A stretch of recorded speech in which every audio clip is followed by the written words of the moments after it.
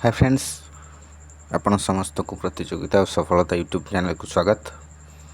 आज मैं डिस्कस करबा OTPLSC CRE2 जोटा कि आमर 2023 वैकेंसीटा बर्तमान सुधा कंप्लीट होनी प्रोसेस तार पर डिस्कस करबा। जमती कि आमर प्लानिंग आगु अच्छी मु वीडियो माध्यम जनई आम स्ट्राइक में रेडी होचे। मोर जो लास्ट वीडियोटा मु अपलोड करी से वीडियो माध्यम मु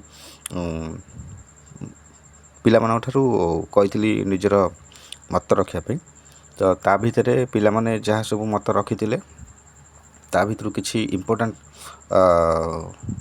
व्यू ता जो तांकर पॉइंट कथा कही तारी पर डिस्कस करबा। आम आगु को आमर स्ट्राइक उपरे केमती कौन कार्यक्रम रहा आगु आम से विषय डिस्कस करिया।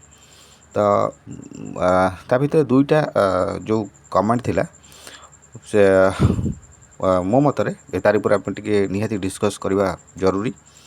गोटे कमेंट थिला ता धीरे कि जो 337 पिला होल्ड होती एगेन्स्ट रे बर्तमान केस चली कोर्ट रे तो तांकू छाड़ी की वैकेंसीटा कंप्लीट हो पारिबो नाही प्रोसेसटा कहीं ना माने से कमेंट रे जहाँ थिला सेटा मु कहूची मो व्यू कहबी है तापर ए आरी उपरे। तो से माने जेहेतु टॉप रैंकर पिला गुड़ा थिले आउ से माने तीनटा पोस्ट में एलिजिबल तेणुक 337 इंटू 3 हेले 1000 प्लस जो पाखापाखि 1000 कौन जो रही पोस्ट काढ़ीदेव गवर्नमेंट आमर 2900 जस्ट पोस्ट अच्छी तो 1000 जदि पलैब आउ पोस्ट भी कमिज। तो सही हिसाब से से पिला कहया कथा जे तांकू बाद देले बहुत पोस्ट गुड़ा जदि माने कौन होल्ड जो पिला अच्छा हिसाब से जदि पोस्ट गुड़ा को काढ़ी बाकी पोस्ट को कंप्लीट करिया को आमे कहूचे ताहले पोस्ट अधिक कौन हो माने कमी जीवो से पिला कहवा हिसाब से है। तो मोर एठी व्यू रहिबो पोस्ट कमिबो कि बढ़िबो कि से पिला पाइबे कि से पिला एलिमिनेट हेबे सेटा गवर्नमेंट भल भाव जानी। आमे गेस करी कहूचे ता भितर कौन अच्छी कौन नहीं किंतु प्रकृत जिनसटा तथ्यटा सेटा गवर्नमेंट पाखे अच्छी। मझे जो गवर्नमेंट तांको शो कज नोटिस पठई एक्सप्लेनेशन भर किसी पिला किसी कही किसी पिला किसी कही नथिबे तो यही सब जहाँ रेकर्ड सेटा गवर्नमेंट पाखे अच्छी। गवर्नमेंट जोर दे कहूँ ये पिला माने करप्टेड एमाने बाहर तेणु तांकर डाटाटा रियल डाटाटा गवर्नमेंट पाखे अच्छी से माने केते करप्टेड कि नुह है।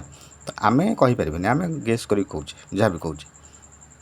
तो जो पिला कहूँ कि नहीं से माने टॉप रैंकर पिला से माने एमिति भी पारे से माने किछि पोस्ट पाई न पारती एमिति ही पारे तांकर जेतिकी अछंती तांको भितु किछि पिला पोस्ट पाइबे आउ किछि पिला एलिमिनेट हो पारती किछि भी हो पारे। तो आमे जदि वर्तमान स्ट्राइक न करिबा देख स्ट्राइक न कले गवर्नमेंट रो प्लानिंग जहाँ अच्छी 2026 पर्यंत वैकेंसी घोषाड़ 100% घोषाड़ से किंतु आमे जदि स्ट्राइक करिबा ताहले पॉसिबिलिटी गोटे रहिबो कि हाँ 2026 पूर्व प्रोसेसटा कंप्लीट हो पारे। आमे जदि गवर्नमेंट ऊपर प्रेशर पकेबा जदि चुपचाप रहिबा आमे आशा करबा गवर्नमेंट किछि करिवो। ये जो गवर्नमेंट आकु जो गालुआ बलद गोटाटा थांती 5 जण पहाड़ जेतले पहाड़ न बाजिबो सेतले से हल को घोषाड़बेनी आउ जेते पहाड़ बाजुथबो से हल को ठीक घोषाड़ुथबे तमे जेतले गाले जिवो से ठिया जिवो चिपकिना ये गवर्नमेंट है सैया जेतिकी प्रेसर आ ऊपर पड़ो ये सेतिकी किछि गोटे देखैला भाया काम करिवो जेतिकी चुप होइक रहिबो ये गवर्नमेंट किछि करिवोनी गला। आउ गोटे कमेंट थिला गोटे पिला कहूला कि हाँ आम आगु देखीचु ये से आउ लॉलीपॉप दब OTPLSC सामना को गले आउ 30-35 कि 40 पिला जीवे ताठू अधिक पिला जीवेनी तो आम कौनटा करिवो जाइकी भाई देख आमे गोटे आमर गोटे लड़ई बर्तमान जारी रहिबो कहीं ना प्रोसेसटा स्लो होइछि केमती आमे जल्दी प्रोसेसटा कंप्लीट करके आमे चाकरीटे करवा एटा है आमर टार्गेट।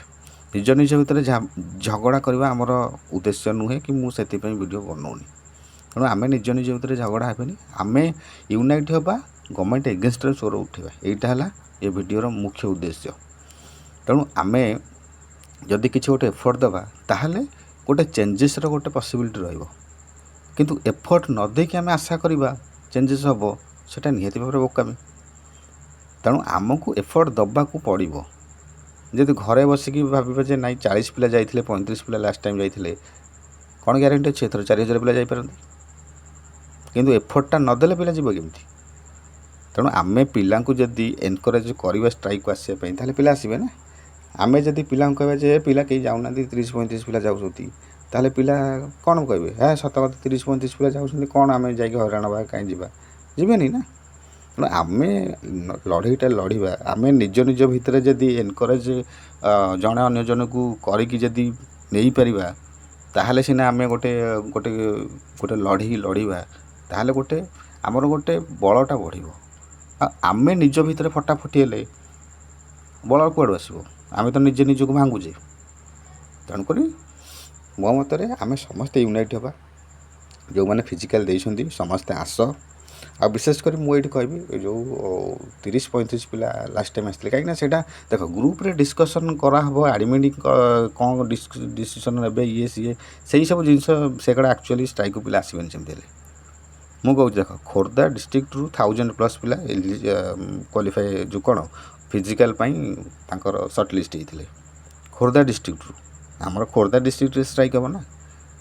ତ ଭୁବନେଶ୍ୱର ଯେଉଁ ପିଲା ରହୁଛନ୍ତି ସେମାନେ କମେଣ୍ଟ ମାଧ୍ୟମରେ ଜଣାନ୍ତୁ ଭୁବନେଶ୍ୱରରେ ରହୁଛନ୍ତି ବୋଲି। ମୁଁ ସେମାନଙ୍କୁ କଣ୍ଟାକ୍ଟ କରିବି, କାହିଁକିନା ମୁଁ ବି ଭୁବନେଶ୍ୱରରେ ରହୁଛି। ଆମେ ଭୁବନେଶ୍ୱର ମିନିମମ୍, ମୁଁ କହୁଛି ଭୁବନେଶ୍ୱର ମିନିମମ୍ 500-700 ପିଲା ବାହାରିବା ଦରକାର ପ୍ରଥମ କଥା। ଆଉ ଖୋର୍ଦ୍ଧା ଡିଷ୍ଟ୍ରିକ୍ଟରୁ 1000+ ପିଲା, ମାନେ କ'ଣ ଯେଉଁ ଫିଜିକାଲ୍ ପାଇଁ ତାଙ୍କୁ ସର୍ଟଲିଷ୍ଟ କରାହେଇଥିଲା, 1000 ନ ଆସନ୍ତୁ। ଖୋର୍ଦ୍ଧା ଡିଷ୍ଟ୍ରିକ୍ଟରୁ ଯଦି ବି 70% ଆସନ୍ତି, 700 ପାଖାପାଖି, ଆଉ କଟକ ଡିଷ୍ଟ୍ରିକ୍ଟ, ପୁରୀ ଡିଷ୍ଟ୍ରିକ୍ଟ ପାଖାପାଖି ରହିଲା, ସେମାନେ କଣ୍ଟ୍ରିବ୍ୟୁଟ୍ କଲେ ନିହାତି ଭାବରେ 80,000+ ହେଇଗଲାଣି। କିନ୍ତୁ ମ୍ୟାକ୍ସିମମ୍ କଣ୍ଟ୍ରିବ୍ୟୁସନ୍ ଭୁବନେଶ୍ୱର ଆଉ ଖୋର୍ଦ୍ଧା ଡିଷ୍ଟ୍ରିକ୍ଟ ପିଲା, ଏଇ ଲୋକାଲ୍ ପିଲା ବେଶୀ କଣ୍ଟ୍ରିବ୍ୟୁସନ୍ ଯେତେବେଳେ କରିବେ ପିଲା ଅଧିକ ହେବେ। ବାହାରୁ ତ ପିଲା ଆସିବେ, କିନ୍ତୁ ଇଏ କ'ଣ ହେଉଛି, ପିଲା ବେଶୀ ନ ହେବାର କାରଣ ହେଲା ଲୋକାଲ୍ ପିଲା କଣ୍ଟ୍ରିବ୍ୟୁଟ୍ କରୁନାହାନ୍ତି। ତେଣୁକରି ମୁଁ ଚାହୁଁଛି ଯେଉଁମାନେ ଖୋର୍ଦ୍ଧା ଡିଷ୍ଟ୍ରିକ୍ଟରେ ରହୁଛନ୍ତି ସେମାନେ ନିଜର ସାଙ୍ଗସାଥିକି ଧରିକି ଆସନ୍ତୁ। ଖୋର୍ଦ୍ଧା ଡିଷ୍ଟ୍ରିକ୍ଟ ପିଲା ଯେଉଁମାନେ ଅଛନ୍ତି, ଭୁବନେଶ୍ୱର ଯେଉଁମାନେ ଅଛନ୍ତି, ସେମାନେ କମେଣ୍ଟରେ ଜଣାନ୍ତୁ, ମୁଁ ସେମାନଙ୍କୁ କଣ୍ଟାକ୍ଟ କରିବି। ଆମେ ନିଜ ଭିତରେ ଡିସ୍କସ୍ କରି ଏଇ ଯେଉଁ ଷ୍ଟ୍ରାଇକ୍ଟା ହେବ, ଏଇଟା ମାସ୍ ଲେବୁଲ୍ରେ ଷ୍ଟ୍ରାଇକ୍ ହେବ ମୁଁ ଚାହୁଁଛି। ଏମିତି ନାହିଁ କି ଆମେ ଗ୍ରୁପ୍ରେ ଡିସ୍କସ୍ କରିଦେବା 30-40 ପିଲା ଧରିକି ପଳାଇ, ସେଇଟା କିଛି ଫରକ ପଡ଼ିବନି। ଷ୍ଟ୍ରାଇକ୍ କରିବା ଗୋଟେ ଭଲ କରି ବଡ଼ ଲେବୁଲ୍ର ଷ୍ଟ୍ରାଇକ୍ କରିବା। ଗଭର୍ଣ୍ଣମେଣ୍ଟ ଟିକେ ଚେତୁ, ପିଲାମାନେ କେତେ ହଇରାଣ ହେଲେଣି। ତ ସେଇ ଯେଉଁ ଆମର ଫ୍ରଷ୍ଟ୍ରେସନ୍ଟା ସେ ଷ୍ଟ୍ରାଇକ୍ରେ ଦେଖିବା ଦରକାର ଗଭର୍ଣ୍ଣମେଣ୍ଟ। ତ ସେଥିପାଇଁ ମୁଁ ସମସ୍ତଙ୍କୁ କହୁଛି, ନିଜ ନିଜ ଭିତରେ ଝଗଡ଼ା ନ କରିକି ଆସ। ଆଗରୁ କ'ଣ ହେଇଥିଲା ନ ହେଇଥିଲା ସେଇଟା ଭୁଲିଯାଅ।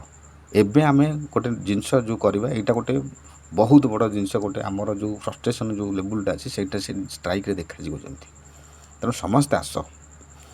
ଆଉ ବିଶେଷ କରି ମୁଁ ଯେମିତି କହିଲି, ଭୁବନେଶ୍ୱର ପାଖାପାଖି ଏରିଆରେ ଯେଉଁମାନେ ରହୁଛନ୍ତି ସେମାନେ ମୋତେ ଜଣାଅ କମେଣ୍ଟ ମାଧ୍ୟମରେ। ଆଉ ଖୋର୍ଦ୍ଧା ଡିଷ୍ଟ୍ରିକ୍ଟରୁ ଯେଉଁମାନେ ଅଛନ୍ତି ବିଶେଷ କରି ସେମାନେ ମ୍ୟାକ୍ସିମମ୍ କଣ୍ଟ୍ରିବ୍ୟୁଟ୍ କରିବାକୁ ଚେଷ୍ଟା କର, କାହିଁକିନା ପାଖାପାଖି ପିଲା ତୁମମାନେ ସବୁ ମେଲ୍ ଫିମେଲ୍ ଯେତେ ଅଛନ୍ତି ସମସ୍ତେ ଆସ। ଆସିଲେ ହିଁ ଆମେ ଷ୍ଟ୍ରାଇକ୍ଟାକୁ ଗୋଟେ ସଫଳ ଷ୍ଟ୍ରାଇକ୍ ଭାବେ ତାକୁ ଗୋଟେ ସଫଳତା ଆମେ ଗୋଟେ ଆଶା କରିବା। ତେଣୁ ଆମେ ନିଜ ଭିତରେ ଯଦି ମୋର ଯିବାର ଇଚ୍ଛା ନାହିଁ, ମୁଁ ଆଉ ଜଣକୁ କହିବି ତୁ ଜାଣି 30-40 ଜଣ ପିଲା ଯାଉଛନ୍ତି, ସେମିତି ଲାଭ କିଛି ହେବନି। ଆମେ ସମସ୍ତେ ୟୁନାଇଟ୍ ହେବା, ସମସ୍ତେ ଆସ। ସମସ୍ତେ ଆସିଲେ ହିଁ ଆମେ ସିନା ଆମର କ'ଣ ବଳଟା ବଢ଼ିବ, ଆମର ଯେଉଁ ନମ୍ବରଟା ଅଧିକ ରହିଲେ ନିହାତି ଭାବରେ ସେଇଟା ଗୋଟେ ଫରକ ପକାଇବ ଆଗାମୀ କାର୍ଯ୍ୟକ୍ରମ ଯେଉଁ SSSC କରିବ CRE2କୁ ନେଇକି। ତ ସେଥିପାଇଁ ସମସ୍ତେ ଆସ, ଆଉ 100% ଆସିବାକୁ ଚେଷ୍ଟା କର। ଆସିଲେ ହିଁ ଆମେ ଆମର ଷ୍ଟ୍ରାଇକ୍ଟାକୁ ସଫଳତା ଦେବା। ତେଣୁକରି ଆଜି ପାଇଁ ଏତିକି, ନେକ୍ସଟ ଭିଡ଼ିଓରେ ଦେଖା ହେବ। ରହୁଛି, ଧନ୍ୟବାଦ।